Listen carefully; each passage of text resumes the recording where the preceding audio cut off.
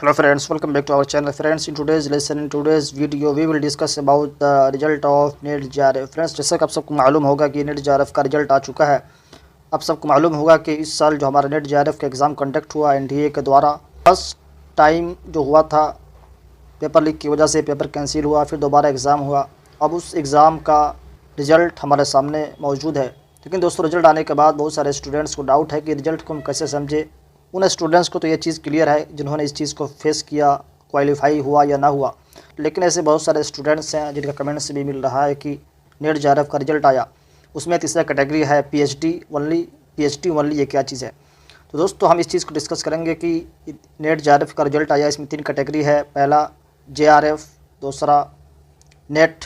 तो जो 3 कैटेगरी हैं, पहला JRF, दूसरा असिस्टेंट प्रोफेसर नेट और तीसरा ओनली फॉर PhD। तो ओनली फॉर PhD रिजर्व्ड के लिए जिनका एज 30 है या 30 एबव है, ऐसे स्टूडेंट्स निकला है या ओनली फॉर PhD। तो अब ये सोच रहे हैं कि मैं दोबारा एग्ज़ाम तो और JRF निकाल लूँ, क्योंकि JRF में हमें बेनिफिट मिलता है। जो 35,000 या 40,000 का जो हमें स्कॉलरशिप मिलता है, वो तो हमें इस बार नहीं मिलेगा जिन लोगों का ओनली फॉर PhD निकला है। तो ऐसे स्टूडेंट्स वो सोच रहे हैं कि दोबारा एग्ज़ाम दूँ और JRF निकाल लूँ। तो आप नहीं देख सकते। अगर आपका एज 30 या 30 एबव हो चुका है रिज़र्व कैटेगरी के, तो आप दोबारा JRF का एग्ज़ाम नहीं दे सकते। 30 या 30 एबव हो चुका है रिज़र्व कैटेगरी के, तो आप दोबारा JRF का एग्ज़ाम नहीं दे सकते। और ये भी मालूम होना चाहिए कि आपका वैलिड 1 ईयर है, यानी 1 ईयर के बाद आप दोबारा इस बेस पे एडमिशन लेना चाहते हैं किसी यूनिवर्सिटीज़ कॉलेज में, तो आप नहीं ले सकते। इसको भी आपको ध्यान देनी है। तो पहला जो कैटेगरी है जिनका रिजल्ट आया है JRF, जिसका कट ऑफ 210 और असिस्टेंट प्रोफेसर के लिए 182 कट ऑफ आया है, और ओनली फॉर PhD 154। बहुत मुबारकबाद, कंग्रेचुलेशन स्टूडेंट्स के लिए जिन्होंने एग्ज़ाम को क्वालिफाई किया, मेहनत से पढ़ाई की। लेकिन हमें यहाँ पे चाक चौबंद होकर फोकस होनी चाहिए कि मेरा रिज़ल्ट आया है तो क्या मैं दोबारा JRF के लिए एलिजिबल हूँ या नहीं हूँ। और हमें 1 ईयर का अंडर एडमिशन कहीं ले लेनी है दोबारा, इस वेट में कि अगले साल मैं अच्छा मार्क्स लाकर JRF का क्वालिफाई करूँ। इसको वेट नहीं करनी है। लेकिन आपको एज का जो टाइमिंग है उसको भी तवज्जो देनी है कि आपकी एज कितनी है, JRF के लिए एज कितनी है। जैसा कि मालूम होना चाहिए कि JRF के लिए जो एज है फॉर मेल के लिए 30 और वीमेन के लिए 35 रिजर्व कैटेगरी। फिर आप देखते हैं रिजल्ट, जैसा आप देख सकते हैं कैटेगरी वाइज रिजल्ट। इकोनॉमिक, उसके बाद पॉलिटिकल साइंस, देख सकते हैं ये रहा टोटल सब्जेक्ट वाइज हमारा कट ऑफ।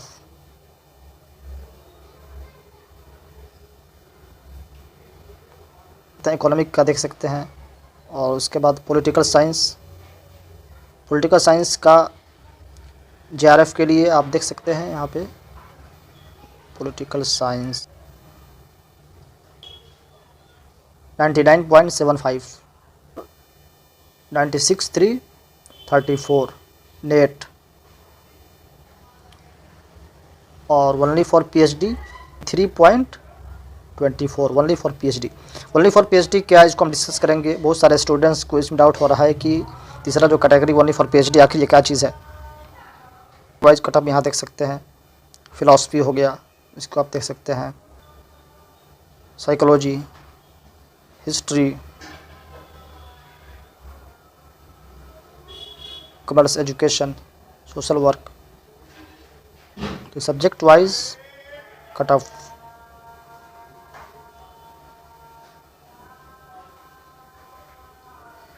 बंगाली, हिंदी का कट ऑफ देख सकते हैं। Cut of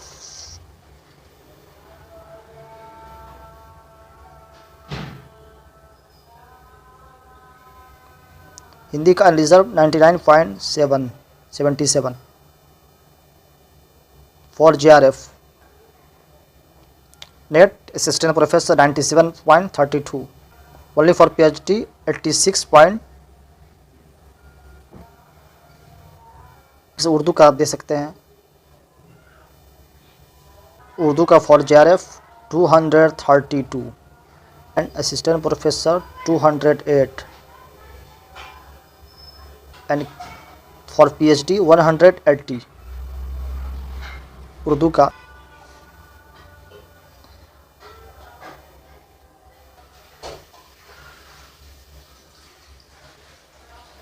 Arabic 214 for JRF, 186 for assistant professor, for PhD 172।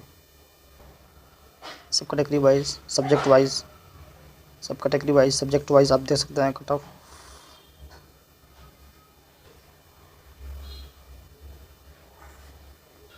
तो उससे कट ऑफ आप सब्जेक्ट वाइज देख सकते हैं। लेकिन जो असल बात करनी है वो ये है कि जो रिज़ल्ट आया है 3 कैटेगरी में, जब हमने फॉर्म फिलअप किया नेट JRF का, उस टाइम भी हमारे सामने 3 ऑप्शंस आए थे, हमने क्लिक किया फॉर्म अप्लाई का टाइमिंग, तो आखिर ये तीनों क्या है। दूसरा तो समझ में आ रहा है, एक JRF और दूसरा नेट असिस्टेंट प्रोफेसर, और तीसरा क्या है। इसमें बहुत सारे स्टूडेंट्स को डाउट हो रहा है कि जो इस साल तीसरा जो हमें दिख रहा है आखिर ये क्या है। दोस्तों, इस चीज़ को लेकर बात करनी है। तो फ्रेंड्स, जो रिज़ल्ट आए हैं 3 कैटेगरी में, पहला कैटेगरी JRF, दूसरा असिस्टेंट प्रोफेसर नेट, और तीसरा ओनली फॉर PhD। तो जो तीसरा कैटेगरी है ओनली फॉर PhD, ये कैटेगरी ऐसा है कि अगर आपका रिज़ल्ट इस लिस्ट में आया है इतने के कट ऑफ में, फ्रेंड्स तीसरे कैटेगरी में अगर आप हैं, इसमें आप क्वालिफाई किए हैं यानी ओनली फॉर PhD, तो इसमें यह है कि इस बेस पे आप किसी भी इंस्टीट्यूट में, किसी कॉलेज यूनिवर्सिटी में आप PhD के लिए अप्लाई कर सकते हैं। इसके लिए आप एलिजिबल हैं कि आप PhD के लिए अप्लाई करें, आपको कोई नहीं रोक सकता। ये अलग बात है कि उस यूनिवर्सिटी या उस कॉलेज का जो वहाँ पे वाइवा कंडक्ट कराया जाता है उसको आपको फॉलो करना होगा, उसको आपको फेस करना होगा। लेकिन इसके लिए आप एलिजिबल हैं कि आप PhD के लिए फॉर्म अप्लाई कर सकते हैं। इसमें ये बेनिफिट सर मिल रहा है, UGC ने इस चीज़ को लेकर आया है, और इसमें क्वालिफाई करने के बाद आप PhD में एडमिशन लेंगे। तो फ्रेंड्स, ये मोटी तौर पे बातें थी, उम्मीद है कि समझ में आई होंगी। अगली वीडियो मिलते हैं, तब तक के लिए आप खुश रहें, खुश रखें। Best of luck.